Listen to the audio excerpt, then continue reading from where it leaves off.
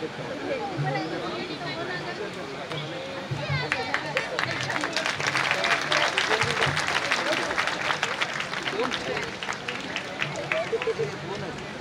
Anjum Qadri madam या संमेलनाचे अध्यक्ष आहेत, विद्रोहीचे अध्यक्ष आहेत आदरणीय परदेशी मॅडम या मंच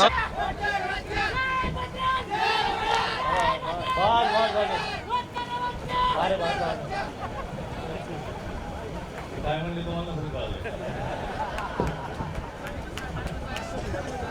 कळलं आला आणि अशा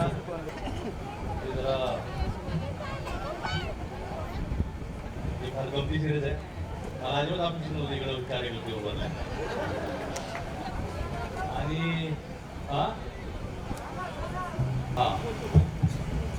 ते कार्यकर्ते म्हणतात वडारे आला वडारे आला ही काही घोषणा अजिबात नाही समाजाला, तेच सांगतो मी. अशी घोषणा देणं अर्थ नाही. म्हणजे मला बरं वाटते की माझे बांधव जिथे साहित्य संमेलनात आहेत, तर मला खूप कौतुक वाटलं तुमचं अभिनंदन की तुम्ही साहित्य संमेलनात आलात. आणि या साहित्य संमेलनाचं जे वैशिष्ट्य आहे, तुम्ही ठराव जे मांडले त्याचे सगळ्या चांगल्या ठरावांना माझा सपोर्ट आहे. मी हात वर केला नाही, पण कशाला हात वर नेमकं करायचं मला कळत नाही, कारण की ते सगळ्यांच्या बाबतीत मी विचार केलेला नाही. पण ज्या काही तुमच्या चांगल्या मागण्या, ज्या माणूस कोणाच्या मागण्या, त्याला नेहमीच आपला हात वर असतो, माझा हात वर असतो. आणि मला या साहित्य संमेलनाचं वैशिष्ट्य हे वाटते, गंमती वाटते, मगापासून मी ते आल्यानंतर जे अनुभवतोय, या लोकांनी त्याच्यावर अचानक शिक्कामोर्तब केलं की वडार लोक साहित्य संमेलन आले, म्हणजे माझ्या सहित. हे गंमत आहे. त्यात अजून एक गंमत आहे की एक इथं बसलाय आणि पहिल्यांदाच आले असतील, त्याच्या आधी येतात साहित्य संमेलन कुठं, म्हणजे आले. तर हे ह्या साहित्य संमेलनाचं वैशिष्ट्य आहे की अशी इतक्या विविध जातीची आजवर दगडखानीत रस्त्यांनी खडी फोडताना दिसणारी माणसं साहित्य संमेलन ते यायला लागलेत, विचार करायला लागलेत, विचार ऐकायला लागलेत. त्यासाठी मला बरं वाटते आणि ह्या साहित्य संमेलनाचं सार्थक वाटतंय. मी इथं आल्यामुळे मला आनंद झालाय आणि तुम्ही इथं आलात त्याचे मला बरं वाटलं. खूप लोकांना घेऊन येत जावं ह्याच्यात, हे महत्वाचं आहे. आणि मगाशी पण अंजुमची ज्या बोलत होत्या, मला खूप मजा आली, त्यांच्या भाषेची खूप मजा आली. इथं अनेक चेहरे मला दिसतात, आता सगळ्यांना बघतोय मागापासून बसल्यापासून मी. हे चेहरे काय नेहमीचे साहित्यात वावरणारे चेहरे नक्कीच नाही. तरी हे साहित्य संमेलन काय आणि आहेत, तर साहित्य संमेलन म्हणजे नेमकं काय असाही मला प्रश्न पडतो. मी सरांचं भाषण जेवढं जाता येता वाचता आलं तेवढं वाचलं मी विष्णुदे सरांचं. आणि आम्ही जवळ राहतो तरी आम्हाला भेटायला मिळालं नाही, आधी तर त्यांना भेटले, ही पण त्याच्यात गंमत आहे. मला म्हणजे आश्चर्य मी ह्याचं वाटतं की हे साहित्य संमेलन ज्याला म्हणतो आपण, त्याच्यात विचार संमेलनच आहे. माणसं इथे येऊन एक विचार करायला लागलेत, एकमेकांची हितगुज करायला लागलीत, बोलायला लागलेत, आणि त्याचं हे संमेलन आहे. काही मंडळी साहित्य लिहित आहेत, कविता लिहित आहेत, काही आपल्या पुढे जाऊन आपण ज्या वाटेवर चालतोय त्या वाटेवरचे धोके आपल्याला सांगतायत, त्या वाटेवरचा काय म्हणताय अजून मार्ग कसा असायला पाहिजे हे सांगतायत. आता रवीश कुमारजी बोलले त्याच्यातून ते कळतं. किंवा विष्णुदे सरांचं जे भाषण आहे, त्यांनी ते भाषण तुम्ही ऐकलंच असेल, मी आता वाचलं की सगळी माणसं आपल्या गावात अगोदर म्हणजे आताही असतील वॉचमॅन, रात्री आपण त्यांना गोरखा म्हणायचो अगोदर, रात्री फिरायचे आणि आपल्याला जागा करायची, जागा ठेवायची, थोडीशी जागा असू द्यावी, एकदम निर्धावून झोपू नका. जर चोर आले, जर कोणी लुटारू आले तर तुम्ही सावध झोपायला म्हणतो आपण, तसं हे करा. आणि मध्ये रात्री एकदा झोप डिस्टर्ब करून जायचे. तर काय आळशी आणि झोपाळ माणसं उठून त्यांना जाग होईल, इथं शेती वाजवू, पुढे जाऊन शेती वाजवू. जर त्यांनी शेती वाजवायचं बंद केलं तर कधी हमखास त्याच्या घरात चोरी होऊ शकते किंवा लूट होऊ शकते. मला वाटतं ही जी जागा करणारी माणसं आहेत इथे जी बसली, ती जागा करणारी माणसं आहेत, वेळोवेळी सतत शेती वाजवून धोक्याची आगाऊ सूचना आपल्याला द्यायचा प्रयत्न करतात की एकदम गाढ झोपू नका, घर लुटू शकतो, तुमचा सगळा जो ऐवज आहे तो लुटला जाऊ शकतो. आणि हा जो कार्यक्रम मला वाटतो तो जो जागरच आहे. आपण इथे येऊन स्वतःची एकदम निर्धावलेपण आणि एकदम गाढ झोपेत आहोत का नाही हे चेक करायला आपण इथं आलोय. एकमेकांना आपण बोलतोय. मला माहिती बरेच जण वाचत नाहीत, मीही काय अजिबातच कधीच वाचत नव्हतो आणि सगळ्यांचा वाचण्याशी संबंधित नाही. आता वाचन हे जरा परत अवघड प्रकरण आहे, कारण की आधी लिहिलं गेलं पाहिजे मनातून, ते चांगलं पाहिजे आणि ते पुस्तक आणलं तर वाचायचं. तर वाचन म्हटलं की अरे काहीतरी थोडंच आहे आणि कशाला वाचायचं असा आपला हा दृष्टिकोन आहे. पण वाचणं म्हणजे काय की कोणीतरी बोलते, कोणीतरी मनातलं सांगते, ते ऐकतो. आपण अभंग म्हणजे साहित्याचा चरण मगाशी तुकारामांचा अभंग गायला ते तर सोपा होतो, पटकन आपल्याला येतो. आणि तुकारामांचं साहित्य बघितलं तर मला आपण ते सांगतो की माझा MA मराठीत होतो, तर माझा मित्र मला म्हणत होता की ज्ञानेश्वरी तुम्ही काय अभ्यास करणार नाही संस्कृतमध्ये, त्याचा गाईड असेल तर तेच वाचतो. आणि माझा MA करणाऱ्या मित्राला ज्ञानेश्वरी संस्कृतमध्ये आहे असं वाटत होतं आणि असं बऱ्याच जणांना वाटत असणार आहे, पण ती मराठीत आहे आणि खूप साध्या गावठी भाषेच्या मराठीत आहे, हे सुद्धा माहित नाही. तर बऱ्याचदा सामान्य माणसाच्यात आणि साहित्याच्यात खूप फरक तयार होते आणि साहित्यातून सगळा आपण जीव ओरडतोय. आता जे रवीश कुमार जिथे पोटते बोलतात, गणेश सरांचं मी मुद्देच वाचले, काय काय वाचत गेलोय. तर हे जे जागर आहे, हे जे हक आहे की सावध असा उठा आपल्या हक्कांच्या बाबतीत, आपल्या गरजांच्या बाबतीत. तुम्ही जर आवाज नाही दिला, तुम्ही जर मागणी नाही केली तर तुम्हाला हे मिळणार नाही. आणि कोणी झोपेल तुम्हाला काय आणून दिलं म्हणतो ना, दे रे हरी बाजल्यावर, असं होणार नाही. तर तुम्हाला स्वतःचा हक्क मागून घ्यायला लागेल आणि त्याच्यासाठी काय त्याची साहित्य लिहिलं जाते. कविता म्हणजे किंवा कादंबऱ्या आणि सगळं जे काही साहित्य आहे ते म्हणजे काही समाजापासूनच वेगळं काहीतरी नाही. पण बऱ्याचदा असं होतं की साहित्य कला ते सौंदर्याच्या कसोटीत उत्तम ठरण्याच्या नादात खूप क्लिष्ट होऊन बसते. ते इतकं रममान होते, इतकं नटते धरते की सामान्य माणसाला ते कळतच नाही, त्याला गृहीतच धरत नाही, त्याला त्याच्यापासून ती फारकतच घेते. आणि समकालात कधी त्याच्या नटत्या थकण्यामुळे, त्याच्या गामिश्रतेमुळे, त्याच्या गुढतेमुळे कधी ते भारी ठरत असेल, तर सामान्य माणसाला काहीच कळत नाही की काय चाललंय. आणि एका बाजूला म्हणजे मला बरेच वाटते की कवी आहेत, साहित्यिक आहेत, विचार करणारी लोक आहेत आणि तरी समाज लुटला जातोय. तर हे काय बऱ्याच असे हे प्रकरण मला जुळत नाही. जर कोणी कलाकार आहेत, कोणी विचार करणारी लोक आहेत आणि ते असतानाही लोक झोपलेले आहेत, तर काहीतरी प्रकरण घडलेले, काहीतरी राडा आहे आपल्या काळात असं वाटायला लागतं. म्हणून मला वाटतं की ही दरी जितकी कमी होईल साहित्यिकाच्यातली, कलाकाराच्यातली, त्यांच्या कलेतली, म्हणजे फिल्म करण्याचा माझा हेतू असू द्या, लिखाणाचा कुठल्याही कवीचा हेतू असू द्या, एखाद्या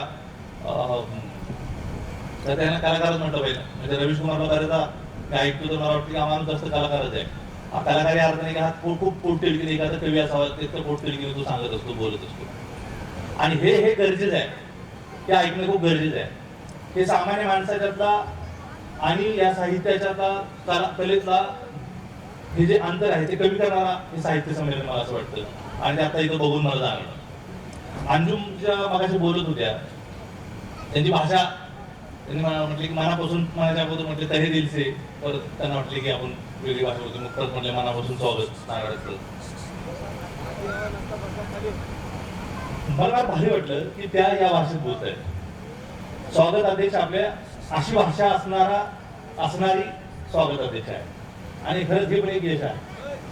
ती महिला आहे, ती मुस्लिम आहे, तिची भाषा मला माहित नाही त्यांचं साहित्याशी याच्या आधी संबंध आलाय का नाही, त्यांनी कविता कुठल्या वाचल्या ते नाही. मला जनरली वाटते की नसेल, त्या एक वेगळ्या कर्तृत्वात महिला आहेत, वेगळ्या प्रकरणात, वेगळ्या कामात त्या व्यस्त असतात.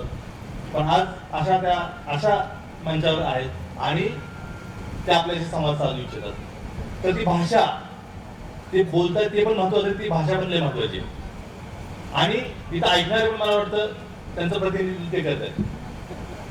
दुसरी गंमत म्हणजे काय वाटली की आल्यापासून अहमदभाई माझ्यासोबत आहेत आणि ते आमची व्यवस्था इकडून तिकडे जाणं वगैरे ते सांगतायत. हे पण दृश्य खूप कमी वेळा मी बघतो की बायको एखाद्या कार्यक्रमाची स्वागत अध्यक्ष आहे, तिने सूत्र सांभाळलेले आहेत आणि नवरा मागचं जेवण किचन सांभाळतोय. ते खूप खूप खूप भारी दृश्य आहे. नाहीतर तुम्ही गेला की स्वागताला नवरा हात जोडून येतो आणि बायको हात चहा करत असते आणि नवरा हात जाऊन चहा सुद्धा आणत नाही, बायकोनच आणायचं. तिथं काय पडलेलं दिसलं ते दोन ते साफ करून घे, कारण की त्याला ते नवरे पण भारी वाटतं. तसंच असतं. हे पण अडचणीत आपल्या देशाच्या अडचणी सुटायच्या असतील तर आधी मला वाटतं घराच्या पण अडचणी सुटायला पाहिजे. आणि ते हे आत्ताचं उदाहरण बघून मला भारी वाटतं की बायको स्टेजवर बसलेली आहे, एका महत्वाची जबाबदारी ती सांभाळते आणि नवरा स्टेजच्या मागे सूत्रधार आहे आणि आमची खातरदारी करतोय. त्यामुळे मी अहमदबाईचं खूप मनापासून कौतुक करतो आणि असं असणं खूप भारी आहे. असा पुरुष पाहिजे. नाहीतर पुरुष म्हणजे मिशाला पेळ दिला आणि बायकोच्या पुढे पुढे पळायला, चालता रस्त्यात सुद्धा ते बायकोच्या मागं चालत नाही. अगोदर त्याच्यावरून भांडण व्हायची. मला लहानपणी आठवते आमच्या नात्यातली एखादी भांडणं झाली आमची मंडळीत आहे की नवरा बायकोची का भांडण, नवऱ्याने बायकोला का हाणलं, ही सारखी पुढे पळते, मग त्याला चालताना अक्कल नाही मला. म्हणजे किती का कामाला चालला बायको याच्या मागं चाललं पाहिजे याची इच्छा होती. मग जरा वेगळाच पळावं, बाई जर जरा फास्ट चालते तर जरा वेगळाच जावं. तर पुढे मागा चालायची गरज नाही, सोबत चालायची ते पण जमत नाही. मला वाटतं सोबत चालण्याची गरज आहे आणि प्रासंगी असं मागं राहायची गरज आहे पुरुषांनी. आणि पुरुष असा असा तर असा असावा हे पण एक उदाहरण आहे. म्हणून माझ्या साहित्य संमेलनात साहित्यात जे काही घडलं ते आहेच, लिहिणारे काही आपण जे लिहितो ते आहेच. पण मला वाटतं तुमच्यापर्यंत जर आमचं आपण जे काही करतो ते जर नाही पोहोचलं तर त्याला काही अर्थ नाही. आम्ही आपलं ते कोंबड्यासारखं मोठ्याने ओरडले बरं का, उठला तर उठला आणि झोपला तिकडं, म्हणून जर परत कार्यक्रम संपला तर तसं होणार नाही, व्हायला नाही पाहिजे. मला वाटतं की या हृदयाचा त्या हृदयाशी संवाद व्हायला पाहिजे. आणि कविता ज्याला आवडती त्याच्यापर्यंत कविता पोहोचली तर पोहोचली उत्तमच, पण काय म्हणणं आहे त्या कवितेचं, तुकारामांचं काय म्हणणं आहे हे आता सगळ्या जनसामान्यापर्यंत आहे. म्हणून मला वाटतं महत्वाचं आहे. नाही तर आपण कविता आपणच देतो, आपल्याच छापून येते पेपरात आणि आपणच खुश होतो, तर ह्यानं जरा राडा होतो काही नाही. म्हणून मला वाटतं की कलात्मक पातळीवर माझं काम, माझी कला, माझी फिल्म, माझी कविता काय करते मला काही घेणं देणं नाही.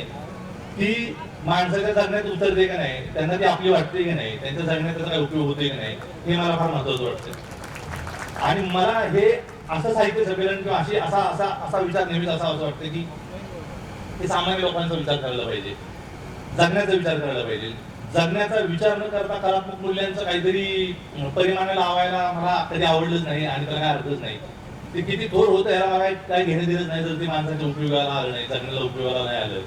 मला कधी कधी कवितेपेक्षा फ्रीज लय भारी वाटतो, कवितेपेक्षा वॉशिंग मशीन लय भारी वाटते. एखाद्या भारी कवितेपेक्षा वॉशिंग मशीन खरंच भारी वाटते, कारण की तिनं कपडे धुवायचे काम लय मोकळे केले, म्हणजे बायकाच्या हातून इतकं मोठं संकट हे केलंय. हे बल्ब ज्यांनी शोधले मला ते पण कविताच वाटते बरं. हे कवितेपेक्षा खतरनाक काम आहे. पण कला ही जगण्यात नाही उतरत, तिचा अर्थ नाही. इतके उपयोगाला आली पाहिजे की बॅटरी सारखी कविता माणसाने त्यांच्या या अंधारलेल्या जगात वापरायला पाहिजे तुमची. आणि मला वाटते तुकारामांच्या ओळी तशाच आहेत की तुम्हाला सतत उजेड देत राहतात. तर तसं काहीतरी आपण लिहावं, तसं काहीतरी इतकं थोर लिहावं या अर्थानं म्हणते लोक उपयोगी लिहावं, आपलं किती चांगलं व्हायचे जाऊ द्या, पण मोठ्याने जर हात मारायचे. आता एक कार्यकर्ते कोणती होती खूप जोरजोरात बोलत होती, मला वाटली का जरा भांडत काय की. पण आजच्या काळात विद्रोह म्हणजे विद्रोह नाही तर प्रेम करणं हाच विद्रोह आहे खरं तर. आता भांडणं लय सोपं झाले, रोजच भांडतायत लोक, आणि भांडण लागल्यावर एखादा शांत बसतो हा विद्रोह आहे. आणि ह्याला ताकद लागते. दारीला कार्य म्हणलं काही ताकद लागत नाही का, गुंड्या सोडून छाती काढून पुढे जाणं ह्याला काही ताकद लागत नाही. मला बऱ्याचदा वाटतं की आता मी प्रतिमाजींचं पण असं म्हणजे पहिल्यांदा हे ऐकलं, एक जोश आला की भारी वाटतं माहिती तर. मला बऱ्याच वाटतं की तुमच्या इतके शांत पुरुषांनी व्हायची गरज आहे. तुम्ही पुरुषांसारखे होऊच नका असं, कारण की महिला त्याच्या आता म्हणले की आम्ही शोषणारे आहे. अंजुनदाईंनी तुम्ही दोघींनी हे सगळी मदत सांभाळलेली आहे आणि ते म्हटले की आम्हाला बायकांना माहिती कसं सोसायचं. मला हे फार महत्वाचं वाटतंय की हे नेहमी आपण प्रस्थापित आणि विस्थापित आणि नाही का उच्च वर्ग नीच वर्ग स्त्री पुरुष सगळ्या लढाई करतो. मला ह्या सगळ्यात आजच्या काळात मला जास्त महत्वाची वाटते स्त्री आणि पुरुषाचं जे काय आहे, कारण की स्त्रीकडे तसे संयमाचे प्रेमाचे जास्त गुण आहेत, आताही शिल्लक आहेत, बाकी आहेत. आणि पुरुषाच्या भांडणात क्वचित एखादी स्त्री तेवढ्या धीरेने उतरते, नाहीतर त्याला समजून सांगत असते की कशाला भांडतो म्हणून. नाहीतर बऱ्याचदा पुरुषच कारभार करतो. आणि मागवर म्हटलोय भांडणाची भूमिका पुरुषाला असते, पण नाव परत बाईचं घ्यायचं ह्याच्यामुळे भांडण झाले म्हणून. म्हणजे महाभारत कोणामुळे घडलं, द्रौपदीमुळे घडलं. म्हणजे ह्यांचं काहीच नव्हतं तिथे, हे आधी काहीच करत नव्हते तिथे, भांडण त्याच्यामुळे. म्हणून ही व्यवस्था तशी सगळ्या आता पुरुष येऊन बसले, खूप कट्टर होऊन बसते, खूप विचित्र होऊन बसते. विस्पुते सरांनी एक त्यात मुद्दा दिला की आपण आपल्यावर सर्वेलन्स सुरू आहे, आपण आपल्याला बघितलं जाते, सतत आपल्यावर वॉच ठेवलं जातोय. तुम्हाला सगळ्यांना माहिती नाही काय की आपला मोबाईल आपला ऐकतोय, तुम्हाला माहिती का? तुम्हाला माहित म्हणजे बऱ्याच जणांना माहित असेल. आता जे बोलतोय ना आपण, तुम्ही जे बोलताय ते पण मोबाईल ऐकतोय. ऐकतोय म्हणजे ऐकतोय. तुम्ही गुगल सर्च करता ना, गुगल सर्च, ते गुगल सर्च करायची गरज नाही. तुम्ही गप्पा मारले की तुम्ही गुगल उघडले की पहिल्यांदा ते गुगल तुम्हाला दाखवते, कारण की मी आता बोललो होतो मित्राशी. म्हणजे इतक्या प्रमाणात आपल्यावर देखरेख सुरू आहे. आता माणूस म्हणजे एक मोबाईल झालाय, म्हणजे मोबाईलला ट्रॅक केले की माणूस सापडला. आणि त्या मोबाईल म्हणजे आपल्याकडं जसं नळाची पाईपलाईन असते ना, आता एक कार्बोरेटर आहेत तुमच्या उदगीरमधून, तर इथून नळाची पाईपलाईन गेली सगळ्याच्या घरात, आणि मी त्या पाईप जी मेन टाकी आहे त्याच्यात जर मिठाचं पोतं टाकून दिलं तर सगळ्याच्या पोटात मीठ जाणार. तसं मोबाईलच्या माध्यमातून मला वाटतं हे जे विष आहे ते सहज पेरू शकतो. एक व्हॉट्सअप, एक काहीतरी पोस्ट टाकली की पटकन सगळ्यांच्या डोक्यात जाऊन भिनते, आणि माणसं बिघडवणं, माणसांची माथेवर फडकवणं एकदम सोपं झाले. आणि माणसं तेच म्हणजे वाचायला, म्हणजे थेट तुकारामाशी माझा संबंध पाहिजे. आता इथं जे पुस्तकांची प्रदर्शनी आहे, तर माझी विनंती तुम्हाला की घ्या. काल पुस्तक दिन होता वाटतं, कालचा परवा. आता पुस्तक दिन वगैरे कशाला करतो त्यातून काही गणित कळत नाही. इतके असतात, rose day, Valentine day, father day, mother day, सगळे डे आहेत. पण पुस्तक खूपच महत्वाचे. पुस्तक त्या रोजच असायला पाहिजे असं मला वाटतं, की पुस्तकं वाचली पाहिजे. आणि तुम्ही साहित्य संमेलन जाताय, मी सगळ्यांना जाऊन, आता मी मुंबईत खूप इम्प्रेस झालो. नवी मुंबईत एक स्मारक त्यांनी उभं केलं बाबासाहेबांच्या नावानं, आणि तिथं बाबासाहेबांचा पुतळा बिलकुल नाही आहे. म्हणजे बाबासाहेबांचं स्मारक आहे, बाबासाहेबांचा पुतळा नाही. हे पहिल्यांदा मला बघायला भेटलं आणि मला फार आनंद वाटला. नाहीतर पुतळा उभा करायचा, हात जोडायचे, निघून जायचं, आणि आपलं तेवढंच आहे. आपलं देणं काय लागतं तर हात जोडायचे, आपल्याला विचार काय करायचे. बाबासाहेब जय भीम म्हणले की संपला विषय, काय आपण झालं, आपलं काम झालं. पण जय भीम म्हणताना किती जबाबदारी येते ते पण महत्वाचं आहे. आपण बाबासाहेबांचं जेव्हा नाव सांगतो तेव्हा मला वाटतं की प्रेमाचा वारसा आपल्याकडे, बुद्धांचं जेव्हा नाव सांगतो तेव्हा करुणेचा वारसा आपल्याकडे, आणि जो अत्यंत कारुण्यपूर्ण माणूस आहे, करुणेनं वागतो, त्यानं स्वतःला बुद्ध म्हणून घ्यावं. त्याने शिवाजी महाराजांचं नाव घ्यावं की ज्यानं प्रजेची काळजी करते. पण आता तसं आपण राहत नाही. आपण आपल्याच मार्गाने जातो, पण आपल्याला सोयीसाठी सगळे महापुरुषांचे फोटो लागतात. मला ह्याची फार म्हणजे बऱ्याचदा चिंता वाटते आणि खंते वाटते. पण आनंद असा वाटतो की आताही लोक साहित्य संमेलनात जमतायत, ते मला असं वाटलं नव्हतं. नाहीतर ऑनलाईन सगळे म्हणले असते तुम्ही करा, व्हॉट्सअपला पाठवून द्या, आम्ही बघतो. तर तुम्ही इथं आलायत म्हणजे काहीतरी तुम्हाला, काहीतरी मला माहित नाही, काहीतरी गोष्ट असेल की तुम्हाला इथे घेऊन आली आहे, कुठलेही साहित्य संमेलन असेल. आणि उदगीरमध्ये आता 2-2 साहित्य संमेलन होत आहेत. मला वाटतं खूप मोठा म्हणजे अचानक महापूर आलाय पुस्तकांचा, विचारांचा, ह्याचा. तरी जितके शक्य तितकं भरायला पाहिजे. चांगलं वाईट स्वतःला कळायला पाहिजे. विवेकाचा काहीतरी एक पायाभरणी आपली आपण करायला पाहिजे. आणि मला बऱ्याचदा होतं की अगोदर होतो त्यावेळेस, लहान होतो त्यावेळेस काय सगळं एवढीच कुंपी होती की चला काय झालं, पण मला काय बोलले तर जर बघून मारायला जाऊ त्याला, आणि मग आपल्या जवळची जातीतली मित्र वगैरे घेऊन जायचं मारायचं. मला बऱ्याचदा वाटतं की खरं कुठे घेऊन जायचंय, काय करायचंय, तुम्ही काहीतरी प्रेमाचं करा, वाचायला जा, काहीतरी शांतीचं करा. संवाद जमून अशी इतकी माणसं काहीतरी साहित्य संमेलन करतात, ही खरंच आजच्या काळातली एक युनिक गोष्ट आहे. आणि मला खूप खूप मनापासून वाटतंय की विद्रोह ज्याला म्हणतो ना, विद्रोह शब्द ऐकला की काहीतरी निगेटिव्ह वाटतंय, काहीतरी वाटतंय की आता रागानं द्वेषानं दगडफेक करायची आहे, कोणाला तरी नाही का, कोणाचा तरी निषेधच करायचा आहे. मला नाही वाटत. मला वाटतं खरा विद्रोह आजच्या काळात फक्त प्रेम करणे. मी प्रेम करतो, तू काही कर, तू द्वेष कर, तू दगड मार, मी प्रेम करतो, असं म्हणणंच विद्रोहाचं काम. कारण की आता विद्रोहाचे म्हणजे इतक्या अशा विध्वंसक वातावरणात विद्रोहाची व्याख्या काय करायची, आणि त्यातच मिसळून जाऊ आपण मोठ्या गोष्टी सगळेच घोषणा. मी काहीतरी ऐकलं होतं कुठेतरी पुराणात की एका राजाच्या विरोधात मोर्चा काढला होता, तर तो राजाच त्याच्या विरोधात होता. तर तसं आज तुम्हालाच कळत नाही की तुम्ही कुठल्या बाजूने हे करायचं. आणि आज म्हणजे खूप संभ्रम निर्माण झाला. मला एक कविता आठवते, विनोद कुमार शुक्ल की यांची असावी कदाचित, नरेश सक्सेना माझा फार आवडता कवी आहे, आणि नरेश सक्सेना असं नाव आहे कविता. आता उजेड आहे ना, मग लाईट जात होती, उजेड येत होता आणि आपल्याला दिसायला बंद झालं. आणि संविधान केंद्रितता, लाल रोशनी न होने का अंधेरा, अध्यासन स्थापन करून नीली रोशनी न होने के अंधेरे से यावर अलग आधारित होता संशोधनाचा समावेश है. लाल रोशनी न होने का अंधेरा नीली रोशनी न होने के अंधेरे से अलग होता है. इसी तरह अंधेरा अंधेरे से अलग होता है. अंधारा पण एक नसतो. अंधेरे को दोस्त बना लेना आसान है. अंधेरे को दोस्त बना लेना आसान है, उसे अपने पक्ष में भी किया जा सकता है, सिर्फ उस पर भरोसा नहीं किया जा सकता. भरोसा रोशनी पर तो हरगिज नहीं. अंधारावर नाही देऊ शकत, पण उजेडावर तर अजिबात नाही. भरोसा रोशनी पर तो हरगिज नहीं, हरी चीजें लाल रोशनी में काली नजर आती हैं. भरोसा रोशनी पर तो हरगिज नहीं, हरी चीजें लाल रोशनी में काली नजर आती हैं. दरअसल चीजें खुद कुछ कम शातिर नहीं होती. दरअसल ये सगळं सायन्स है. दरअसल चीजें खुद कुछ कम शातिर नहीं होती, वे उन रंगों की नहीं दिखती जिन्हें वो सौंप लेती है, बल्कि उन रंगों की दिखती है जिन्हें लौटा रही होती है. वे हमेशा अपने अस्वीकृति का रंग दिखाती हैं. औरों की क्या कहूं, औरों की क्या कहूं, मेरी बाईं आंख देखती है कुछ और, दाईं कुछ और देखती है. बायां पांव जाता है कहीं और, दाया कहीं और जाता है. पास आओ दोस्त, अलग करे सन्नाटे को सन्नाटे से, अंधेरे को अंधेरे से, और नरेश को नरेश से.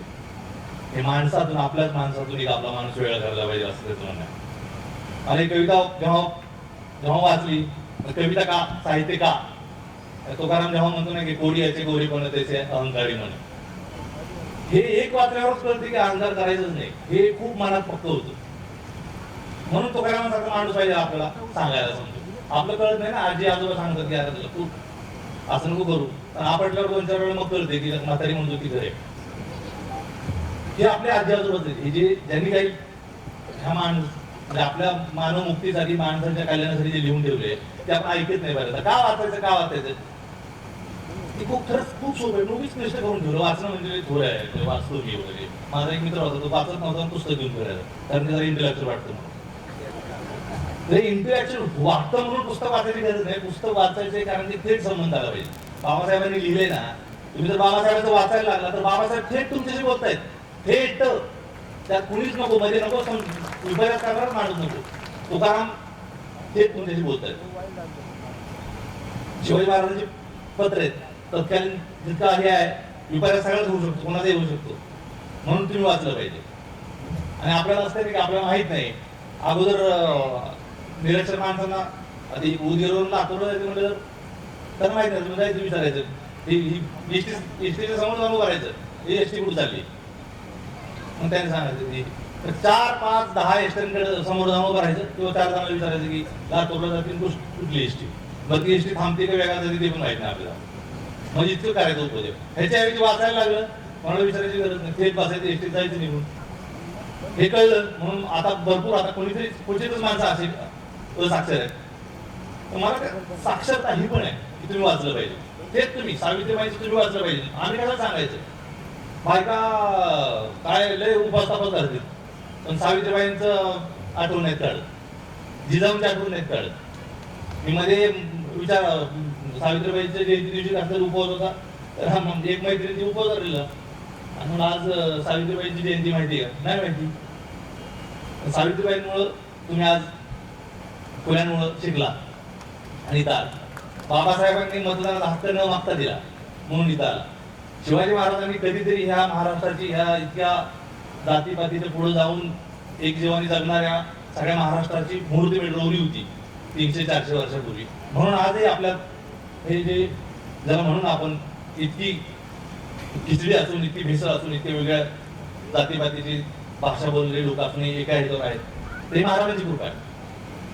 या सगळ्या माणसांना मला वाटतं आपण थेट बोललं पाहिजे, आपण थेट वाचलं पाहिजे. अशा साहित्य संमेलनातून मला तरी ही ऊर्जा मिळते. मी आता जाऊन पुस्तकं घेऊन आलो. मी आताही विचारत होतो की तुम्हाला पुस्तक घ्यायचे आणि मागं पडल्यासारखं वाटतं. मी आता बऱ्याच माझे मित्र आहेत, मी सर पुढे जाऊन बसले, गोंडवले सर आहेत, प्रदीप आवटे आहेत, सरांचं म्हणतात फेसबुक चेक करतो. हे माणसं जे वाचतात ते फॉलो करतो. आपण वाचायला पाहिजे, आपण अपडेट राहायला पाहिजे. आणि मी जर वाचलं नाही, मी जर स्वतः समजून नाही घेतलं तर मला लई भीती वाटते की मी मागं पडलो. म्हणून ही जी माणसं आता इथं वडार आहेत, तिथं सगळ्या जातीचे काही लिंगायत आहेत, सगळ्या जातीची माणसं आहेत. म्हणजे आपल्या ह्याच्यात इतकी तोर माणसं होऊन गेले पण आपण वाचत नाही, त्याला काय अर्थ नाही. स्वतः वाचलं पाहिजे, स्वतः शिकलं पाहिजे. शिक्षण हे सगळ्यात महत्वाचं आहे. बाबासाहेब म्हणले की वाघिणीचं दूध आहे, पण ते नाही प्यायचं. तर ह्याला काय पर्याय नाही, शिक्षणाला पर्याय नाही, वाचनाला पर्याय नाही. आणि सगळी जी ही विद्रोहाची परंपरा आहे, चारवाकापासून तुकारामांपासून बाबासाहेब फुले, हे सगळं आपण समजून घेतलं पाहिजे. आपला मी जेव्हा महात्मा फुलेंचं जेव्हा गुलामगिरी वाचलं तर मला इतकी मजा आली. मला वाटतं 12वीत की पडलेलं दिसलं, कोणी मागं दिसलं तर त्याला हात दिला पाहिजे. आणि अजूनही म्हणजे इतकी मागं पडलेली माणसं आहेत, दलित आहेत, भटके आहेत, आम्ही आपण असं म्हणतो की इतकं दुःख आहे वगैरे. तर ही आपल्या माणूस असण्याच्या ह्या अनुभवावर हे काही चांगली गोष्ट आहे. माणूस म्हणून ही काय अजिबात चांगली गोष्ट नाही. म्हणून एकमेकाला हात देणं हे आजच्या काळात विद्रोह आहे. एकमेकांच्या घरावर दगड न फेकणं हा आजच्या काळात विद्रोह आहे. एकमेकांवर प्रेम करणं हा आजच्या काळात मला वाटतं विद्रोह आहे. आणि असा विद्रोह आपण करायला पाहिजे, एकमेकावर प्रेम करायला पाहिजे. Thank you so much. धन्यवाद.